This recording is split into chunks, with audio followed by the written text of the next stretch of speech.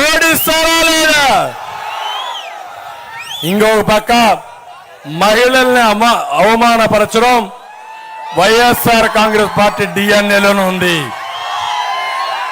తమిళలో మీరు ఒకసారి చూడండి, ఆడబిడ్డలు ఉన్నారు. ఏమమ్మా మీరు ఒకసారి చూస్తే నీకొక కూతురు ఒక కొడుకుంటే ఆ కొడుకు నీ కూతురి శీలాన్ని శంకిస్తే నీకు బాధ కలగదమ్మా అని అడుగుతున్నా.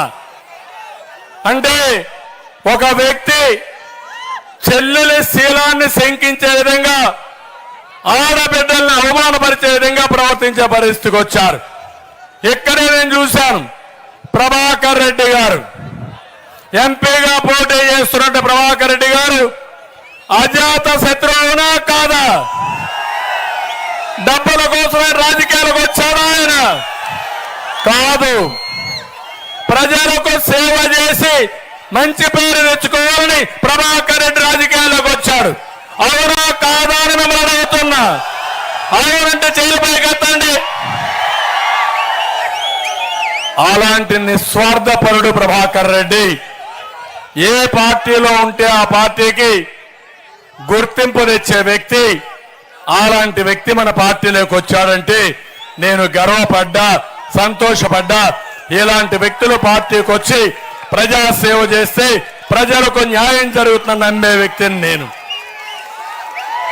అలాంటి వ్యక్తి పార్టీలోకి వస్తానే గన్ షాట్ లో అర్థమైపోయింది, నెల్లూరు జిల్లా ఎంపీ మనది. ప్రభాకర్ రెడ్డి గెలిచాడు. ఎన్నికల లాంఛనమే. ఎన్నికల రిజల్ట్ 4వ తారీఖున జూన్ వస్తాయి కానీ ఎప్పుడో ప్రభాకర్ రెడ్డి గారు గెలిచిపోయారని మీకు తెలియజేస్తున్నా.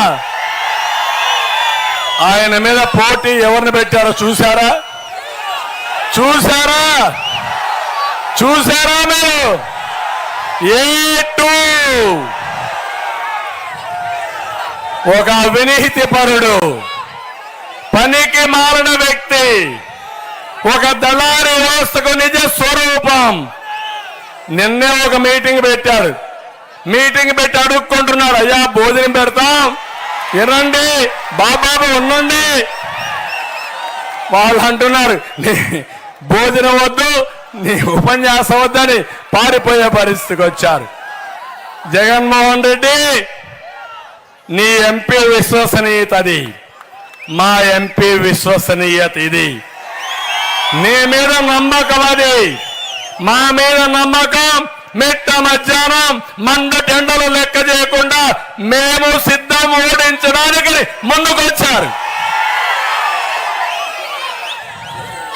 మీరు ఒకసారి చూస్తే ఆయన మిస్సెస్ కొవ్వూరులో పోటీ చేస్తా ఉంది ప్రశాంతి. ఆ కుటుంబానికి ఒకటే ఆలోచన, రాజకీయాల ద్వారా ప్రజలకు సేవ చేయాలి, దగ్గర కావాలని. అలాంటి ఆడబిడ్డ పైన వీళ్ళ ఇష్ట ప్రకారం పోస్టింగ్స్ పెట్టి సోషల్ మీడియాలో అసత్య ప్రచారం చేయాలనుకుంటే ఆ ఆడబిడ్డ ముందుకొచ్చి ఆవిడే స్టేట్మెంట్ ఇచ్చే పరిస్థితి వచ్చిందంటే ఒక్కసారి మీరు ఆలోచించుకోమని నేను కోరుతున్నా.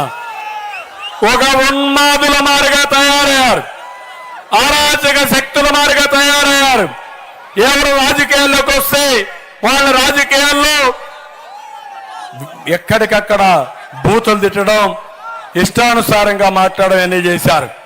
మొన్నటి వరకు ఒక ఆయన చూశారు మీరు, ఇక్కడ బుల్లెట్ తీస్తానన్నాడు నెల్లూరు జిల్లాలో ఒక ఆయన.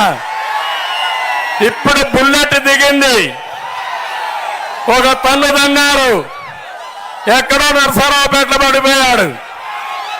రేపు ఎల్లుండో మళ్ళా వాళ్ళు ఒక ఓటర్స్ అంతా ఒక తన్ను అంతే చెన్నైలో పడతాడు. అంటే ఒక పద్ధతి లేకుండా మాట్లాడుతున్నారు. మంచి చెడుకు ఏ మాత్రం కూడా వెరవకుండా మాట్లాడే పరిస్థితికి వచ్చారు.